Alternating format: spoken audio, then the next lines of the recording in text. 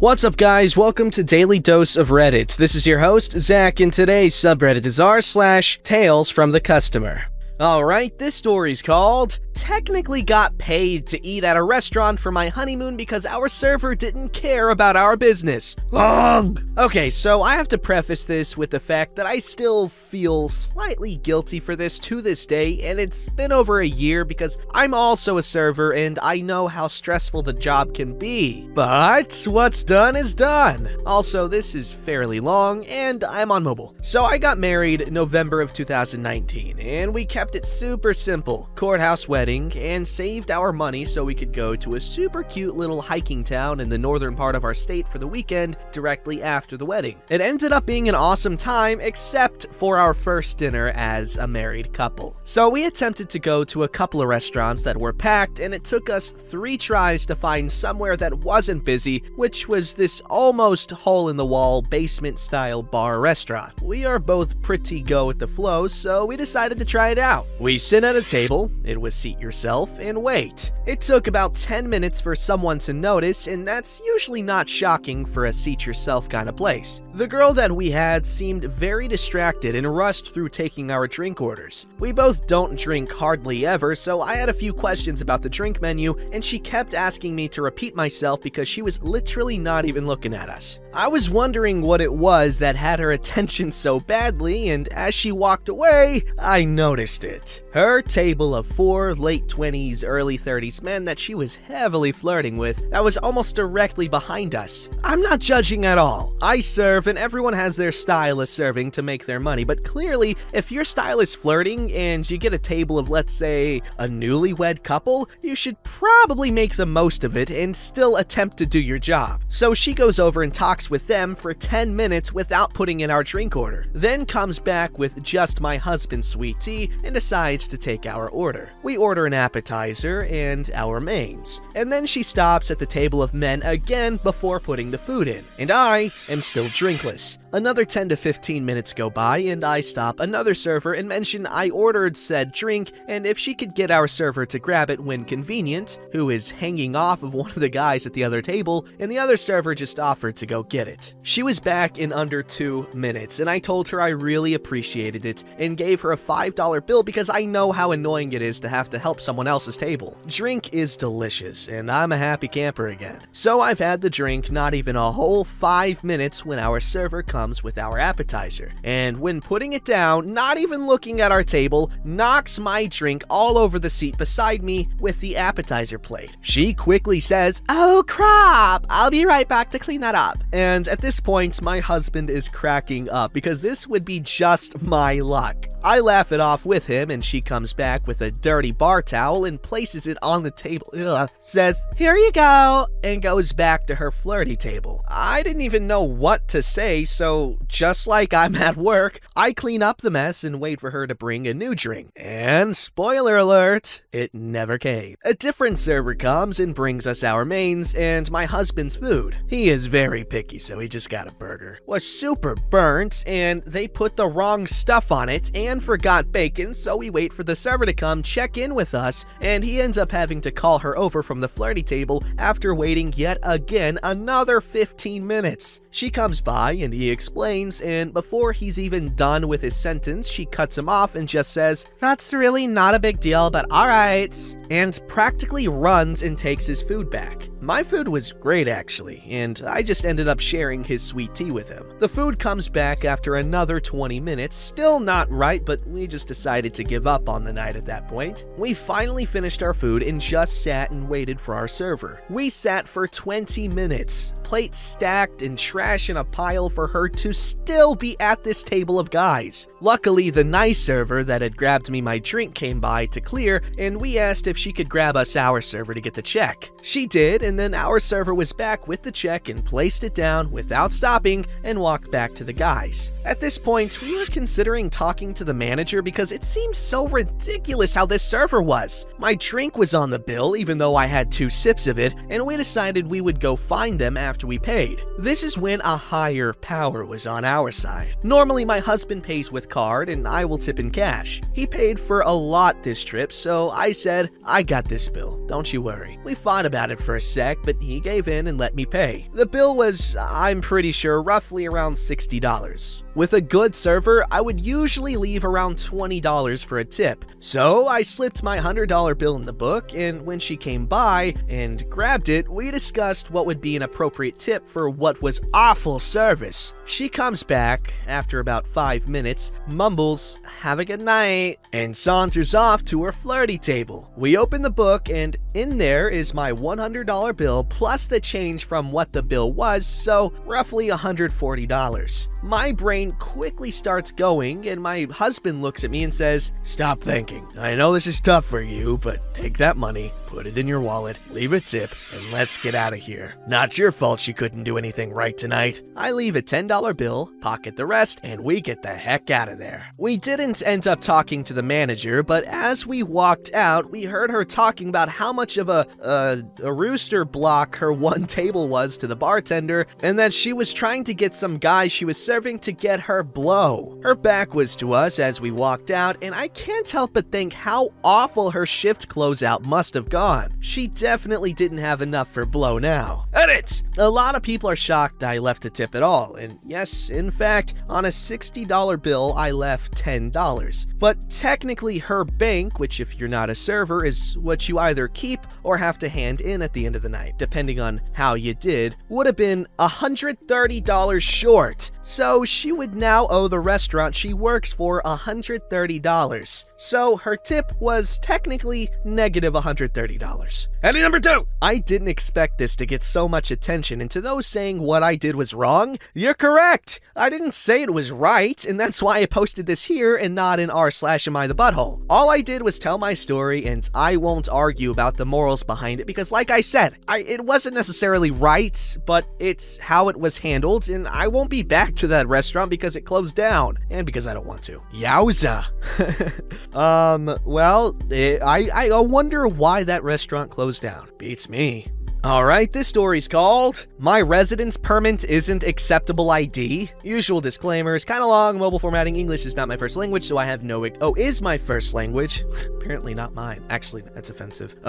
So I have no excuse. First ever post on Reddit, so please be gentle. Also, I use Oxford commas. Clearly. Preface. I've been an international student in the UK for the past 2 years. I came here aged 19, now 21, so I've never had trouble buying alcohol or getting into clubs before, though I'm always ID'd because I have the Asian baby face. I was at a big chain store that sounds like Gnome Gardens yesterday when this incident happened. My friend and I were buying groceries, and we picked out a bottle of sparkly unicorn gin as well as other little bits and bobs. We go and pay, and as expected, the cashier asks for ID. Bear in mind, most international students don't carry passports around for obvious reasons, nor do we typically have UK driver's licenses or ID cards, so we use our residence permits. It's a very official-looking biometric card that has all the holographic security details, the UK coat of arms, and a microchip that can be clearly seen when you shine a light through. Cashiers can also use a blue light to check its legitimacy. I show the cashier the back of the card, which has my birth date, and the front that has a picture of me to confirm my identity. She squints at it for a second, and without a word, presses a button beneath her till and sits back with a smug smile. A red light goes on above the till, and the music overhead stops. An announcement blares. "Manager to till 6, please." At this point, I'm starting to panic a little. My friend and I both have social anxiety, so we're not quite sure how to react. And everyone in the queue behind us is rolling their eyes and setting their baskets down. One particular blonde lady at the back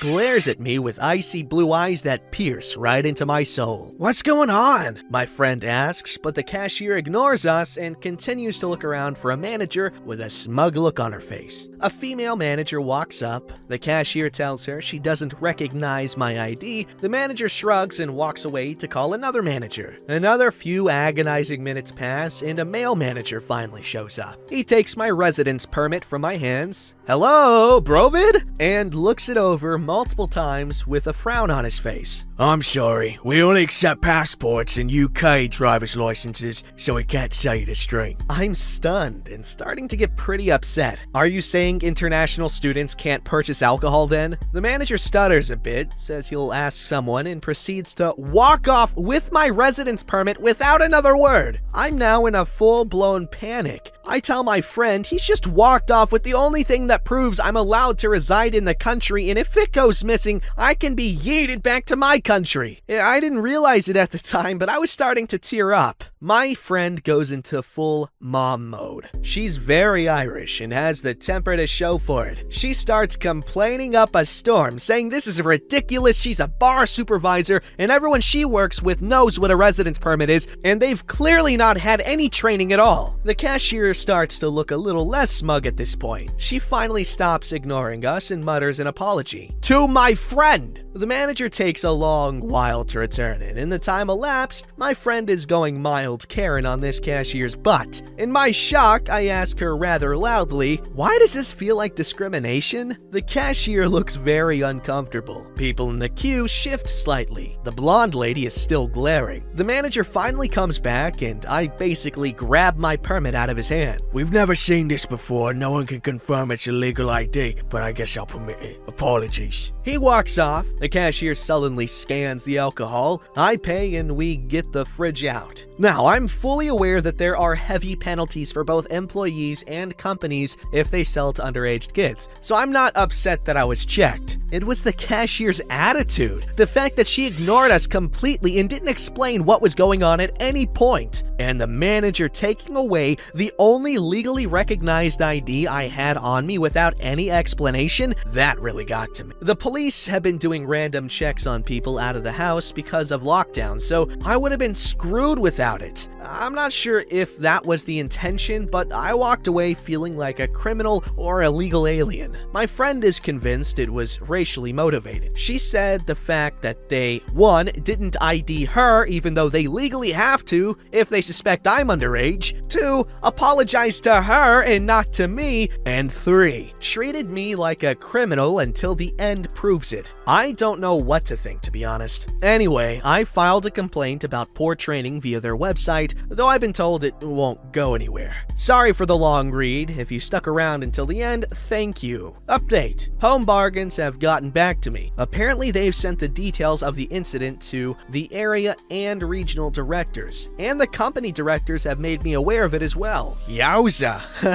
I'd hate to be on the other end of that lawsuit, if there is one. Should be, though. That's redonkulous.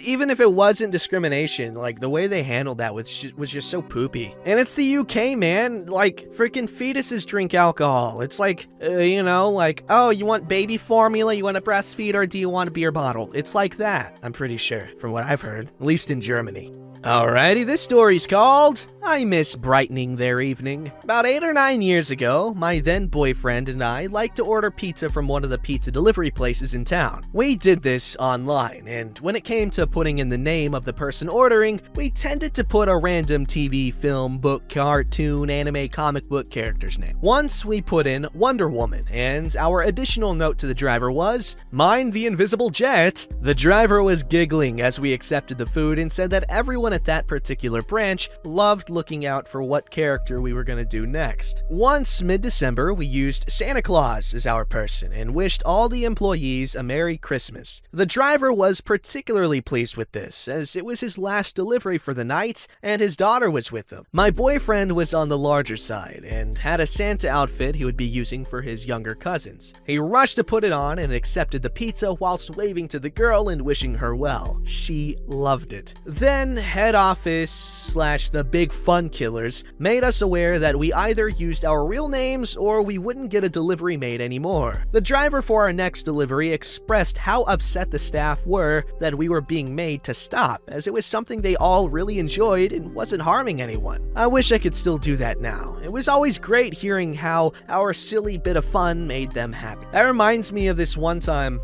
me and my little cousin, we ordered a pizza and we did like this whole, I don't even remember remember the lyrics or whatever, but we like choreographed and did this whole little music number for the delivery driver, because it was always like the same two people, and it was mostly this one guy, and he really enjoyed it. It was pretty cool. But yeah, I love this. I'm gonna take inspiration from this at some point.